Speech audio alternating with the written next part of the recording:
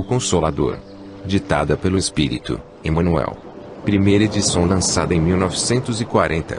Psicografada por Francisco Cândido Xavier. Terceira parte. Religião. A religião em face da ciência e da filosofia. Parte 5. 4. Espiritismo, fé. Cristianismo redivivo. Missão do Espiritismo: ter fé, fé e raciocínio. Dúvida raciocinada. Revelações do plano superior. Melhor bem. Nas cogitações da fé, os espiritistas e os dogmas. Na propaganda da fé.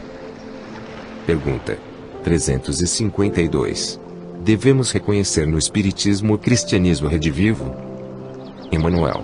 O Espiritismo evangélico é o Consolador prometido por Jesus, que, pela voz dos seres redimidos, espalham as luzes divinas por toda a terra, restabelecendo a verdade e levantando o véu que cobre os ensinamentos na sua feição de cristianismo redivivo, a fim de que os homens despertem para a era grandiosa da compreensão espiritual com Cristo. Pergunta 353. O Espiritismo veio ao mundo para substituir as outras crenças? Emmanuel. O Consolador, como Jesus, terá de afirmar igualmente: eu não vim destruir a lei. O Espiritismo não pode guardar a pretensão de exterminar as outras crenças, parcelas da verdade que a sua doutrina representa, mas, sim, trabalhar para transformá-las, elevando-lhes as concepções antigas para o clarão da verdade imortalista. A missão do Consolador tem que se verificar junto das almas e não ao lado das glórias efêmeras dos triunfos materiais. Esclarecendo o erro religioso, onde quer que se encontre, e revelando a verdadeira luz, pelos atos e pelos ensinamentos, o espiritista sincero, enriquecendo os valores da fé, representa o operário da regeneração do templo do Senhor, onde os homens se agrupam em vários departamentos, ante altares diversos, mas onde existe um só mestre, que é Jesus Cristo. Pergunta 354. Poder-se-á definir o que é ter fé? Emmanuel. Ter fé é guardar no coração a luminosa certeza em Deus, certeza que ultrapassou o âmbito da crença religiosa, fazendo o coração repousar numa energia constante de realização divina da personalidade. Conseguir a fé é alcançar a possibilidade de não mais dizer eu creio, mas afirmar eu sei, com todos os valores da razão tocados pela luz do sentimento. Essa fé não pode estagnar em nenhuma circunstância da vida e sabe trabalhar sempre, intensificando a amplitude de sua iluminação, pela dor ou pela responsabilidade, pelo esforço e pelo dever cumprido. Traduzindo a certeza na assistência de Deus, ela exprime a confiança que sabe enfrentar todas as lutas e problemas, com a luz divina no coração, e significa a humildade redentora que edifica no íntimo do espírito a disposição sincera do discípulo, relativamente ao fazendo escravo à vontade do Senhor. Pergunta 355. Será fé acreditar sem raciocínio? Emmanuel. Acreditar é uma expressão de crença, dentro da qual os legítimos valores da fé em si mesma. Admitir as afirmativas mais estranhas, sem um exame minucioso, é caminhar para o desfiladeiro do absurdo, onde os fantasmas dogmáticos conduzem as criaturas a todos os despautérios. Mas também interferir nos problemas essenciais da vida, sem que a razão esteja iluminada pelo sentimento, é buscar o mesmo declive onde os fantasmas impiedosos da negação conduzem as almas a muitos crimes. Pergunta 356. A dúvida raciocinada, no coração sincero, é uma base para a fé? Emmanuel. Toda dúvida que se manifesta na alma cheia de boa vontade, que não se precipita em definições a priorísticas dentro de sua sinceridade, ou que não busca a malícia para contribuir em suas cogitações, é um elemento benéfico para a alma, na marcha da inteligência e do coração rumo à luz sublimada da fé. Pergunta 357. É justa a preocupação dominante em muitos estudiosos do Espiritismo, pelas revelações do plano superior, a título de enriquecimento da fé? Emmanuel. Toda curiosidade sadia é natural. O homem, no entanto, deve compreender que a solução desses problemas lhe chegará naturalmente, depois de resolvida sua situação de devedor ante os seus semelhantes, fazendo-se, então, credor das revelações divinas. Pergunta 358. Para os espíritos desencarnados, que já adquiriram muitos valores em matéria de fé, qual o melhor bem da vida humana? Emmanuel.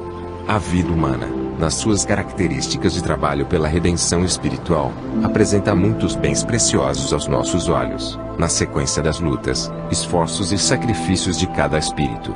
Para nós outros, porém, o tesouro maior da existência terrestre reside na consciência reta e pura, iluminada pela fé e edificada no cumprimento de todos os deveres mais elevados. Pergunta 359. Nas cogitações da fé, o espírito encarnado deve restringir suas divagações ao limite necessário às suas experiências na Terra. Emmanuel.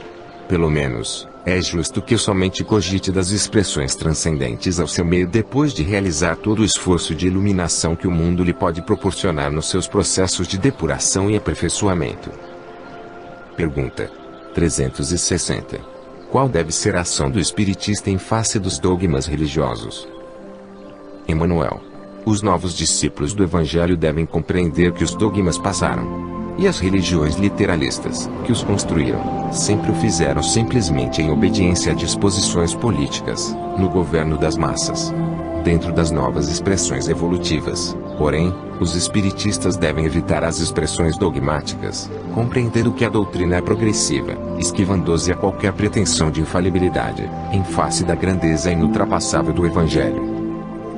Pergunta 361. Na propaganda da fé, é justo que os espíritas ou os médiuns estejam preocupados em converter aos princípios da doutrina os homens de posição destacada no mundo, como os juízes, os médicos, os professores, os literatos, os políticos, etc. Emmanuel. Os espiritistas cristãos devem pensar muito na iluminação de si mesmos, antes de qualquer prurido, no intuito de converter os outros. E, ao tratar-se dos homens destacados no convencionalismo terrestre, esse cuidado deve ser ainda maior, porquanto há no mundo um conceito soberano de força para todas as criaturas que se encontram nos embates espirituais para a obtenção dos títulos de progresso. Essa força viverá entre os homens até que as almas humanas se compenetrem da necessidade do reino de Jesus em seu coração, trabalhando por sua realização plena. Os homens do poder temporal, com exceções, muitas vezes aceitam somente os postulados que a força sanciona ou os princípios com que a mesma concorda. Enseguecidos temporariamente pelos véus da vaidade e da fantasia, que a força lhes proporciona, faz-se mister deixá-los em liberdade nas suas experiências. Dia virá em que brilharão na terra os eternos direitos da verdade e do bem, anulando essa força transitória. Ainda aqui, tendes o exemplo do Divino Mestre para todos os tempos, que não teve a preocupação de converter ao Evangelho os Pilatos e os Antipas do seu tempo. Além do mais, o Espiritismo, na sua feição de cristianismo redivivo, não deve nutrir a pretensão de disputar um lugar no banquete dos estados do mundo, quando sabe muito bem que a sua missão divina há de cumprir-se junto das almas, nos legítimos fundamentos do reino de Jesus. Prosélitos. Deveres do espiritista. Lutas antifraternas. Evolução do espiritista. Ataque da crítica. Extravagâncias doutrinárias. Oportunidade da conversação doutrinária. Provocação do invisível. Inconveniência da evocação direta e pessoal. Vidas passadas. Fenômenos mediúnicos. Pergunta 362. Poderemos receber um novo ensino sobre os deveres que competem aos espiritistas? Emmanuel. Não devemos especificar os deveres do espiritista cristão, porque palavra alguma poderá superar a exemplificação do Cristo, que todo discípulo deve tomar como roteiro da sua vida. Que o espiritista, nas suas atividades comuns, dispense o máximo de indulgência para com seus semelhantes, sem nenhuma para consigo mesmo, porque antes de cogitar da iluminação dos outros, deverá buscar a iluminação de si mesmo, no cumprimento de suas obrigações. Pergunta 363. Como se justifica a existência de certas lutas antifraternas dentro dos grupos espiritistas? Emmanuel. Os agrupamentos espiritistas necessitam entender que o seu aparelhamento não pode ser análogo ao das associações propriamente humanas. Um grêmio espírita cristão deve ter, mais que tudo, a característica familiar, onde o amor e a simplicidade figurem na manifestação de todos os sentimentos. Em uma entidade doutrinária, quando surgem as dissensões e lutas internas, revelando partidarismos e hostilidades, é sinal de ausência do Evangelho nos corações, demonstrando-se pelo excesso de material humano e pressagiando o naufrágio das intenções mais generosas. Nesses núcleos de estudo, nenhuma realização se fará sem fraternidade e humildade legítimas, sendo imprescindível que todos os companheiros entre si vigiem na boa vontade e na sinceridade, a fim de não transformarem a excelência do seu patrimônio espiritual numa reprodução dos conventículos católicos, inutilizados pela intriga e pelo fingimento. Pergunta 364. O espiritista para evoluir na doutrina necessita estudar e meditar por si mesmo, ou será suficiente frequentar as organizações doutrinárias, esperando a palavra dos guias? Emmanuel. É indispensável cada um esforço próprio no estudo, meditação, cultivo e aplicação da doutrina, em toda a intimidade de sua vida. A frequência às sessões ou o fato de presenciar esse ou aquele fenômeno, aceitando-lhe a veracidade, não traduz a aquisição de conhecimentos. Um guia espiritual pode ser um bom amigo, mas nunca poderá desempenhar os vossos deveres próprios, nem vos arrancar das provas e das experiências imprescindíveis à vossa iluminação. Daí surge a necessidade de vos preparardes individualmente, na doutrina, para viverdes tais experiências com dignidade espiritual, no instante oportuno. Pergunta 365. Como deveremos receber os ataques da crítica? Emmanuel.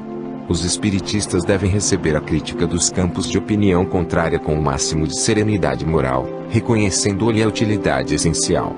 Essas críticas se apresentam, quase sempre, com finalidade preciosa, qual a de selecionar, naturalmente, as contribuições da propaganda doutrinária, afastando os elementos perturbadores e confusos, e valorizando a cooperação legítima e sincera, porque todo ataque à verdade pura serve apenas para destacar e exaltar essa mesma verdade.